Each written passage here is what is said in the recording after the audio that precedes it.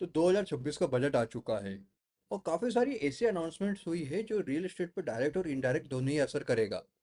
And I am not an expert analyst जो मैं आपको सब कुछ बता सकता हूँ, लेकिन हाँ मेरे को कुछ अपने काम की चीज़ समझ में आती है जिसको मैं अपने आपके सामने रखना चाहूँगा। भाई ये पर्टिकुलर इंदौर और उसके अराउंड रियल एस्टेट सेक्टर के ऊपर ये वीडियो रहेगा। तो अगर आप एक डेवलपर हो, इन्वेस्टर हो या फिर कोई भी कॉमन मैन जो रियल एस्टेट में या फिर अपना घर खरीदना चाहता है या थोड़ी बहुत अपना इंटरेस्ट रखता है रियल एस्टेट में, वो ये वीडियो मिस ना करें।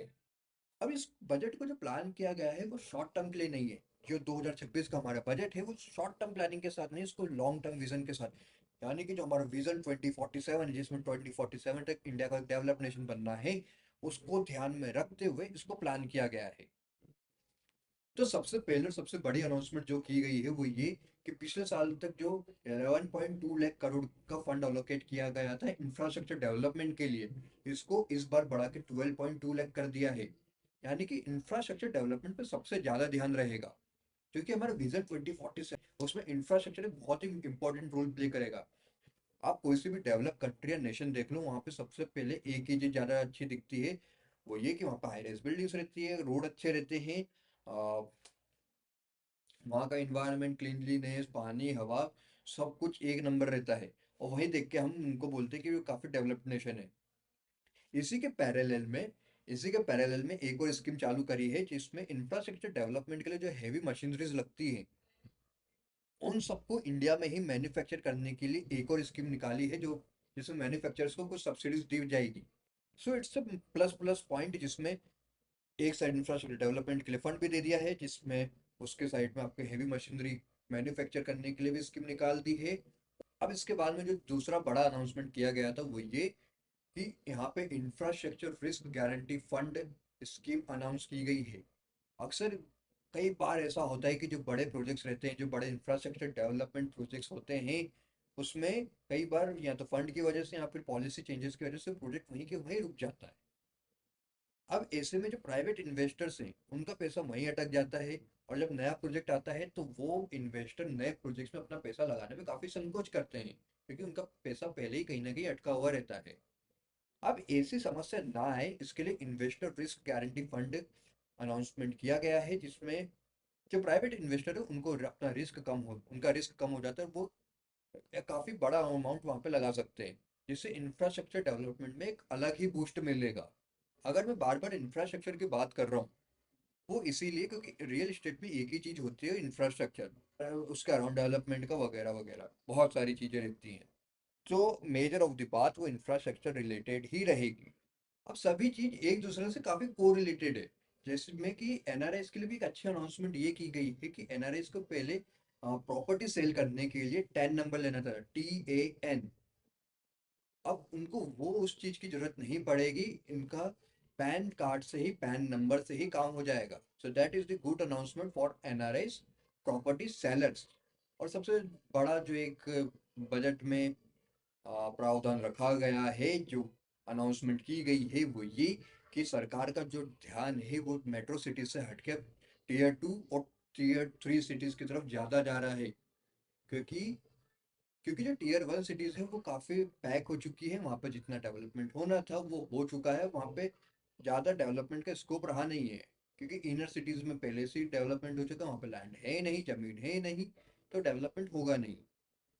अब डेवलपमेंट होगा उसके आसपास के सबअर्ब्स में, टीयर 2 और टीयर 3 सिटीज में, उनके लिए, जिसमें सिटी इकोनॉमिक रीजन का एक अनाउंसमेंट की गई है, जिसमें टीयर 2, टीयर 3 और टेम्पल टाउन्स को 5-5 हजार करोड़ रुपए मिलेंगे अगले 5 साल तक उनके डेवलपमेंट के लिए। इससे डेवलपर्स को एक नया मार्केट मिलेगा, इन्वेस्टर्स को हाई रिटर्न और काफी कम टाइम में एक हाई अप्रिसिएशन का पोटेंशियल रहेगा। कोई गारंटी नहीं है, लेकिन हाँ इसके चांसेस हैं। अब इसको मैं एक एग्जांपल के थ्रू समझाता हूँ। जैसे इंदौर एक टीयर 2 सिटी है, उज्जैन टीयर 2 सिटी है, और बीच में सावेर आता है। अब इसी के साथ उज्जैन इंदौर के आसपास में देवास भी है, पीतमपुर भी है, राव, मऊ, ऐसे कई सारे शहर हैं जहाँ पे इनको फंड मिलेगा। अब जब इतने सारे शहरों का आसपास में जब ये फंड मिलेगा तो यहाँ वहाँ पर डेवलपमेंट होगा, वहाँ पर रेसिडेंशियल हाउसिंग आएगा, कमर्शियल इन्वेस्टमेंट होगा, नए मार्केट खुलेगा डेवलपर्स के लिए। इन्वेस्टर्स को उनके रिटर्न के लिए एक high appreciation, faster appreciation potential market मिलेगा।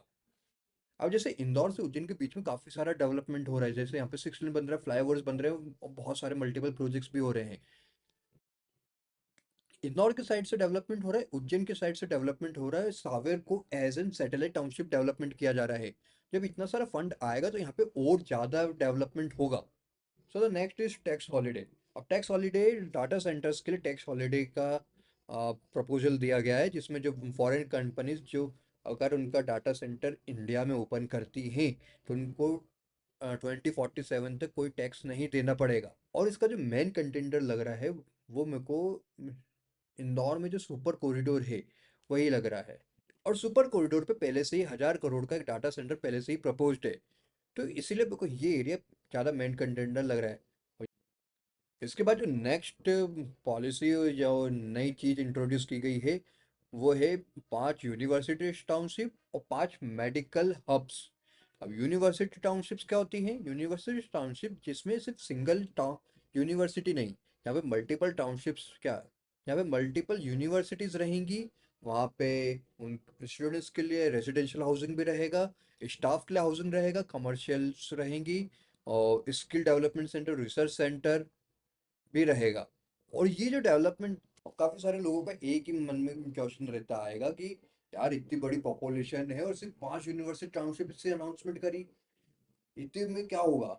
तो उनको मैं बता दूं, ये एक पायलट प्रोजेक्ट है। पायलट प्रोजेक्ट यानी कि अगर ये प्रोजेक्ट अगर सक्सेसफुल होता है कुछ 5 जगहों पे, तो इसको पूरे इंडिया में अप्लाई करेंगे।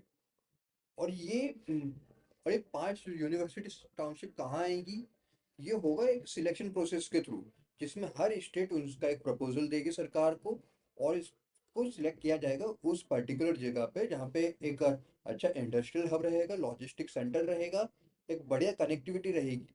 उसके आसपास में ये यूनिवर्सिटी टाउनशिप आएगी और मेडिकल हब भी वहीं कहीं आसपास में आएगा।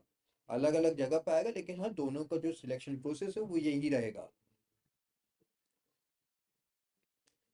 अब यूनिवर्सिटी टाउनशिप्स में जो स्टूडेंट्स है वो वहीं पे पढ़ाई कर सकेंगे, आसपास की जो इंडस्ट्रीज रहेगी वहाँ पे वो इंटर्नशिप या फिर प्लेसमेंट ले सकते हैं। लॉजिस्टिक कॉरिडोर से वहाँ की कनेक्टिविटी अच्छी रहती है, इसलिए लॉजिस्टिक्स हब के आसपास में ये देखेंगे। जो मेडिकल हब है उसका भी सेम टू सेम यही कॉन्सेप्ट है,